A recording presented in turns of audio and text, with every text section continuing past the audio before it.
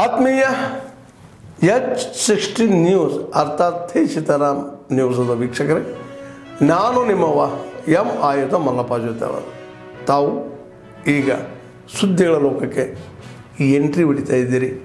ಈ ಸುದ್ದಿಗಳನ್ನು ಪ್ರತಿಯೊಂದು ನೋಡೋ ಜೊತೆಗೆ ನಿಮ್ಮ ಅಭಿಪ್ರಾಯಗಳನ್ನು ಹಂಚ್ತಾ ಇರ್ರಿ. ಯಾಕಂದರೆ ಈ ಸುದ್ದಿಗಳು ನಿಮಗಾಗಿ, ನಿಮ್ಮ ಬದುಕಿಗಾಗಿ, ನಿಮ್ಮ ವೈಚಾರಿಕೆಗಾಗಿ, ನಿಮ್ಮ ತಿಳುವಳಿಕೆಗಾಗಿಯೂ ನಿಮಗೂ ಗೊತ್ತು.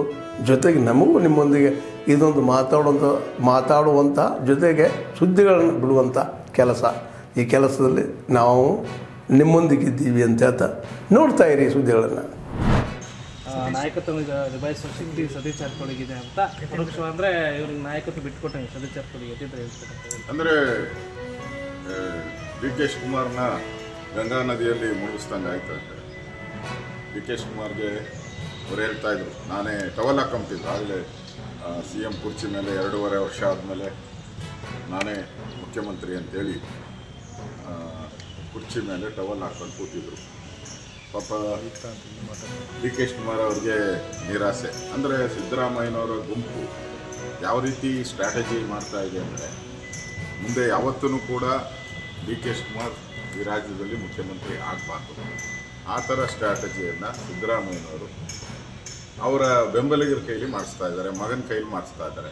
ನಾವು ಪದೇ ಪದೇ ನಾನು ಹೇಳ್ತಾ ಇದ್ದೆ, ನೋಡಪ್ಪ ನವಂಬರ್ ಡಿಸೆಂಬರಲ್ಲಿ ಕ್ರಾಂತಿ ಆಗುತ್ತೆ ಅಂತ ಹೇಳಿದೆ. ಅದನ್ನು ಅವ್ರೇನು ಹೇಳಿದ್ರು, ಬಿ ಜೆ ಪಿಯವರು ಕ್ರಾಂತಿನೂ ಇಲ್ಲ ಭ್ರಾಂತಿನೂ ಇಲ್ಲ ಅಂತ ಎಲ್ಲರೂ ಹೇಳಿದ್ರು. ಈಗ ಯಾಕೆ ಹೇಳ್ತಾ ಇದ್ದಾರೆ? ಅವರ ಮಗ ಸಿದ್ದರಾಮಯ್ಯನವ್ರ ಮಗ ಯತೀಂದ್ರ ಹೋಗಿ ಹೇಳೋ ಅಂತ ಅವಶ್ಯಕತೆ ಇದೆ. ಅದನ್ನು ಅದು ಬೆಳಗಾವಿ ಎಲ್ಲ ಕಿರಿಕಾಗೋದು ಹೊಸರಿನೂ ಅಲ್ಲಿಂದನೇ ಶುರುವಾಗಿತ್ತು ಪಕ್ಷಾಂತರ. ಈಗ ಅಲ್ಲೇ ಕಳೆದ ಬಾರಿ ನಮ್ಮ ಸರ್ಕಾರ ಬಂದಾಗ ಅಲ್ಲಿಂದನೇ ಶುರುವಾಗಿತ್ತು. ಫಸ್ಟು ಕಾಂಗ್ರೆಸ್ ಸರ್ಕಾರ ಬೀಳೋದಕ್ಕೆ ಈಗಲೂ ಕೂಡ ಅಲ್ಲಿಂದನೇ, ಬೆಳಗಾವಿಯಿಂದನೇ ಕಾಂಗ್ರೆಸ್ ಸರ್ಕಾರ ಬೀಳುವಂಥದ್ದಕ್ಕೆ ಯತೀಂದ್ರ ಅವರು ಗುದ್ದಲಿ ಪೂಜೆಯನ್ನು ಮಾಡಿದ್ದಾರೆ.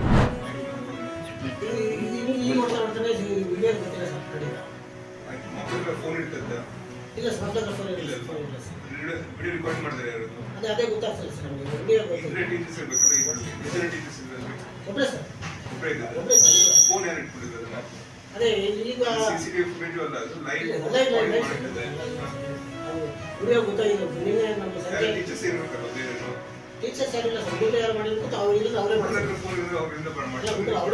ಅವರೇ ಮಾಡಿಸಿರ್ಬೋದು ಸರ್. ಏನೋ ಸೇಫ್ ಗುರುಗಳೇ ಮಾಡಿಸಿರ್ಬೋದು, ಶಿಕ್ಷಕರು. ಅಲ್ಲ ಹಾಗೆ ಕಾಣ ಸರ್, ಬೇರೆ ಯಾರು ಹೋಗಲ್ಲ ಸರ್. ಅಲ್ಲಿ ಆ ರೂಮಲ್ಲಿ ಬೇರೆ ಯಾರು ಹೋಗಲ್ಲ. ಅವ್ನ ಕ್ಯಾಮ್ರಾ ಆಗಿರ್ಬೋದು, ಬೇರೆ ಯಾರು ಹೋಗೋದು ಕ್ಯಾಮ್ರಾನೇ ಮಾಡಿದ್ರು. ಇದು ನಮಗೆ ಅವತ್ತು ಈ ವಿಚಾರ ಗೊತ್ತಿಲ್ಲ ಸರ್. ಹಿಂಗಾಗಿರೋದು ಅವ್ರ ಕೆರೆ ಹತ್ರ ಕ್ಯಾಮ್ರಾ ಬಂದು ನಿನ್ನೆ ಏಟಾಗಿರುತ್ತೆ ಸರ್. ಸುಮಾರು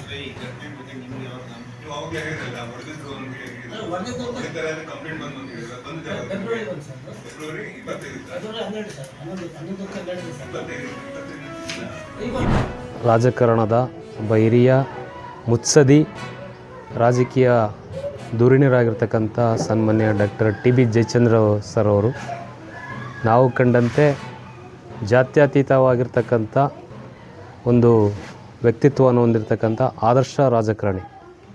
1972ರಿಂದ ಶಾಸಕರಾಗಿ, ಸಚಿವರಾಗಿ ಹಲವಾರು ಖಾತೆಗಳನ್ನು ನಿಭಾಯಿಸಿರ್ತಕ್ಕಂಥ ನುರಿತ ಹಿರಿಯ ಅನುಭವಿ ರಾಜಕಾರಣಿಯಾಗಿದ್ದು, ಅವರು ನಾನು ಸಹ ಅವ್ರನ್ನ ನೋಡಿದ ತರಹ ಶಿರಾ ಒಂದು ಬರದ ನಾಡು.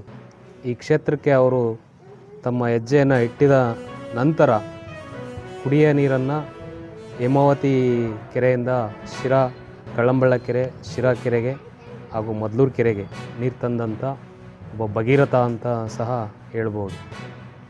ಅವರ ಒಂದು ದೂರದೃಷ್ಟಿತ್ವ, ಅವರಿರ್ತಕ್ಕಂಥ ನಾಯಕತ್ವ, ಈಗೇನಿರ್ತಕ್ಕಂಥ ಕರ್ನಾಟಕ ರಾಜ್ಯದ ಸಚಿವ ಸಂಪುಟದ ಎಲ್ಲ ಸಹೋದ್ಯೋಗಿಗಳಲ್ಲೂ ಸಹ ಹಿರಿಯರಾಗಿ ಅನುಭವಿ ರಾಜಕಾರಣಿಯಾಗಿ ಅವರು ಈ ಕ್ಯಾಬಿನೆಟ್ಟಲ್ಲಿ ಇರಬೇಕಾಯಿತು. ಪಕ್ಷದ ಅಥವಾ ಆಂತರಿಕ ಬೇಗುದೆಯಿಂದ ಹಲವಾರು ಕಾರಣಗಳಿಂದ ಅವ್ರನ್ನ ಕ್ಯಾಬಿನೆಟ್ಟಿಂದ ಬಿಟ್ಟಿರ್ತಾರೆ.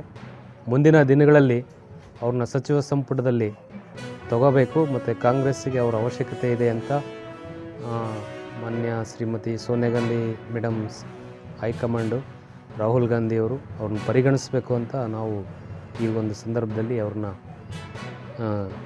ಹೈಕಮಾಂಡಿಗೆ ಮನವರಿಕೆ ಮಾಡ್ತಾಯಿದ್ವಿ. ಜೈ ಹಿಂದ್, ಜೈ ಕರ್ನಾಟಕ. ನಿಮ್ಮ ಮನೆಗಳನ್ನು ಕಂದಾಯ ಗ್ರಾಮದ ಮೂಲಕ ಈ ಪ್ರಕ್ರಿಯೆ ಶುರು ಮಾಡುತ್ತಿದ್ದೇವೆ. ಹೀಗಾಗಿ ಅದನ್ನು ಯಾರು ಯಾವುದೇ ಕಾರಣಕ್ಕೂ ಯಾರು ನಿಮ್ಮ ತೊಂದರೆ ನೋಡ್ಕೊಳ್ಳೋ ಜವಾಬ್ದಾರಿ ನಮ್ಮದು. ಈಗ ನಿಮಗೆ ನಿಮ್ಮ ಹೆಸರು ಬರಲಿಕ್ಕೆ ಅಮೃತ್ ಮಹಲ್ ಅಂತ ಏನು ಆಡಿಷನ್ ಬರ್ತಾ ಇದೆ, ಅದು ಆವಾಗ 1959 ಮತ್ತು 60 ಆ ಟೈಮಲ್ಲಿ ನಿಮಗೆ ಕೃಷಿ ಮಾಡಲಿಕ್ಕೆ ನಿಮ್ಮ ತಂದೆ ತಾಯಿ ಕೊಟ್ಟಂಥ ಜಮೀನನ್ನು 5 ವರ್ಷದೊಳಗಡೆ ನೀವು ನೋಂದಾಯಿಸ್ಕೋಬೇಕಾಗಿತ್ತು. ಅದಾಗದೇ ಇರೋದನ್ನ ಕಾಯಂ ಮಂಜೂರಾತಿ ಈಗ ಕಾನೂನು ಇಲ್ಲ.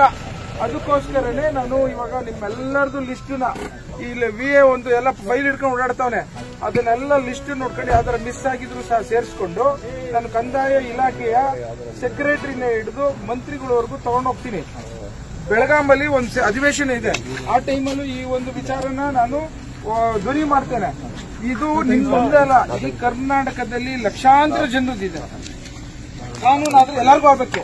ಅದನ್ನ ಯಾವ ರೀತಿ ನಿಮ್ಮಿಂದ ಏನಾದ್ರು ಇವಾಗ ನಾನು ವಾಯ್ಸ್ ಧ್ವನಿ ತೆಗೆದಿದ್ದೀನಲ್ಲ, ಅದರಿಂದ ಏನಾರ ಕ್ಯಾಬಿನೆಟ್ ಅಲ್ಲಿ ಮತ್ತು ಅಸೆಂಬ್ಲಿಯಲ್ಲಿ ಏನಾರ ಮಾತುಕತೆ ಆಗಿ ಅವಕಾಶ ಇದ್ರೆ ಕಾನೂನು ಚೌಕಟ್ಟಲ್ಲಿ 100% ಮಾಡ್ಕೊಳ್ಳೋಣ. ನಿಮ್ಮಿಂದ ಇಡೀ ಕರ್ನಾಟಕಕ್ಕೆ ಬದಲಾವಣೆ ಆಗ್ಬೋದು. ಬಟ್ ಆ ತರ ಇದ್ದಂಗೆ ಇಲ್ಲ, ನಾನು ಇದನ್ನ ಬಿಡೋದಿಲ್ಲ, ಮಾಡ್ಕೊಡ್ತೀನಿ. ಮಧ್ಯದಲ್ಲಿ ನಾವೇನು ಇವಾಗ ಮನೆಗಳು ನಿಮ್ಮ ಹೆಸರು ಬರೋಂಥದ್ದು ಪ್ರಕ್ರಿಯೆ ಶುರು ಮಾಡಿಸ್ತೀವಿ. ಆತ್ಮೀಯರೇ, ಎಲ್ಲ ಸುದ್ದಿಗಳನ್ನು ನೋಡಿದ್ರಲ್ಲ, ಏನು ಅನಿಸ್ತು ನಿಮಗೆ? ಇದರಲ್ಲೇ ನಿಮ್ಗೆ ಲೈಕ್ ಆಗಿರ್ಬೋದು, ಡಿಸ್ಲೈಕು ಆಗಿರ್ಬೋದು, ಕಾಮೆಂಟ್ ಬೇಡಪ್ಪ ಅಂತೂ ಅನಿಸಿರ್ಬೋದು, ಕಾಮೆಂಟ್ ಮಾಡಬೇಕಪ್ಪ ಅನಿಸಿರ್ಬೋದು, ಶೇರ್ ಮಾಡಬಾರ್ದಪ್ಪ ಅನಿಸಿರ್ಬೋದು, ಅದು ಮಾಡಬೇಕು ಅನಿಸಿರ್ಬೋದು. ಏನಾದರೂ ಆಗಲಿ ಶೇರ್ ಮಾಡ್ತಾಯಿರಿ, ಈ ನ್ಯೂಸ್ಗಳನ್ನ ಹಂಚ್ತಾ ಇರಿ, ಜೊತೆಗೆ ಇದಕ್ಕೆ ಸಬ್ಸ್ಕ್ರೈಬ್ ಆಗ್ತಾಯಿರಿ ಅಂತ ಹೇಳ್ತಾ H16 ನ್ಯೂಸ್ ಅರ್ಥಾತ್ ಹೇ ಸೀತಾರಾಮ್, ಇದು ಸತ್ಯದ ಕೈಗೆ ನಡಿ. ವಂದನೆಗಳು.